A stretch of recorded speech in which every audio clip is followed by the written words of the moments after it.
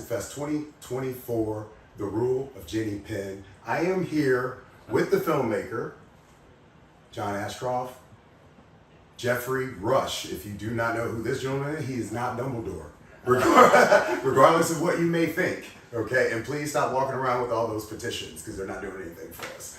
But anyway, fellas, I want to talk about this movie. Yeah. First and foremost, I want to talk to you because we had a little conversation last night about dementia, the elderly, things that people go through. When I went home and thought about this film a little bit more, the biggest thing that came out to me, and Geoffrey, you can piggyback on this as well. Sure.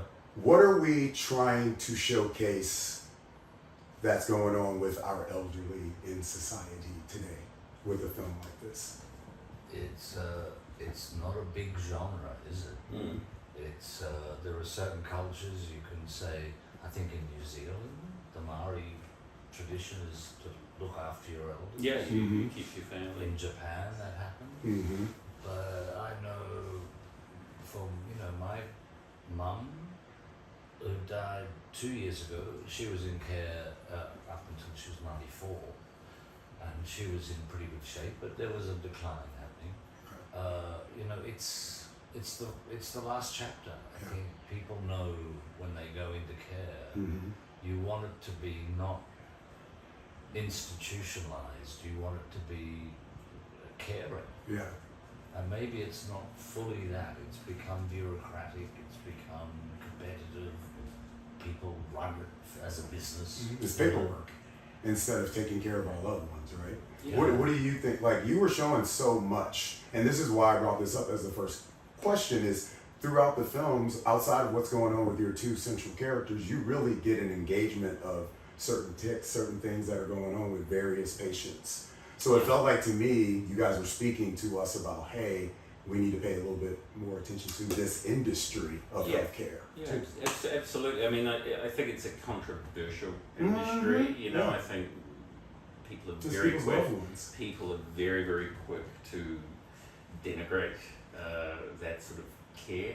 But also, like you're saying, Geoffrey, I mean, you go from small, more intimate care-based homes, 30 residents, 40 residents, to those big, giant metropolises where staff ratios to residents are very low. So, I have a lot of empathy for those, institutions in terms of staff, because they're overworked, they're under-resourced, and it's a time of one's life when you actually need just as much care as you do for a young child. That's almost.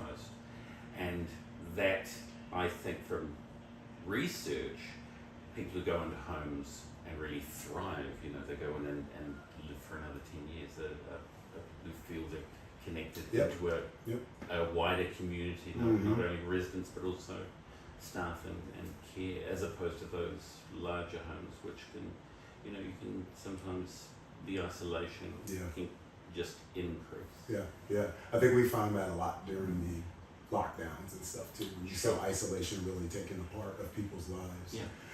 It really foregrounded that whole phenomenon of aged care, didn't it? With COVID, because it was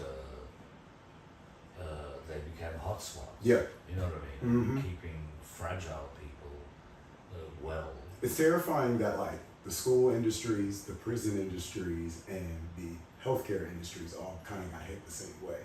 When these are all three facets that are very, very much involved in society today. When you were picking this gentleman and John Lithgow and play these two extraordinary characters, which for me is like a cross between, I think I called it Hannah Rocks the Cradle meets Grumpy Old Men. Grumpy Old Men was talking about on set. Whatever happened to Baby Jane? Yes, of course, for sure. We tossed up, am I more Bette Davis or more Jane? Why was it these two that had to be the main two characters? Yeah. Well, they were always in mind. Eli Kemp, who co-wrote the work. They were always in our minds. There were always references in our minds. And when we first started writing the project 12 years ago. But I mean, a sense of joy was really essential to me.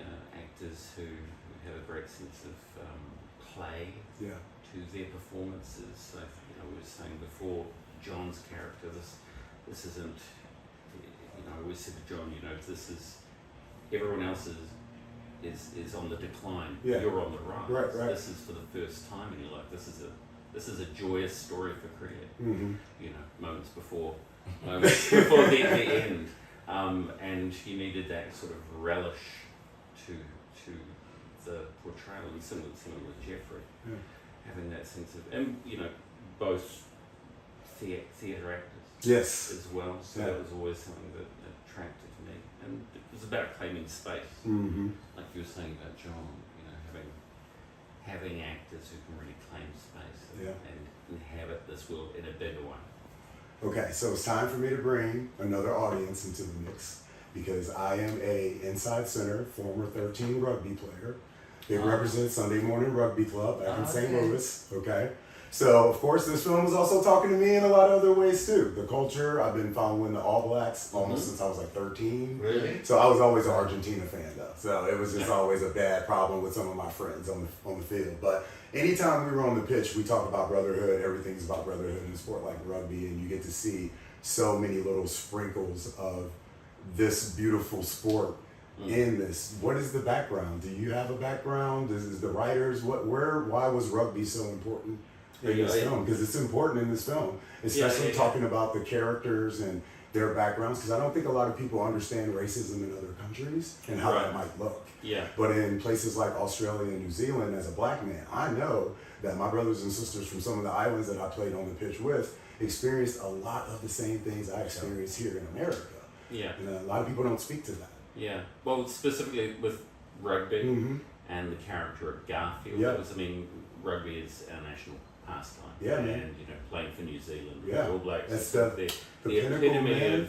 of masculinity in all its positives and One of the few negatives. teams where the captains clean up. Yeah. Not the players, the captains.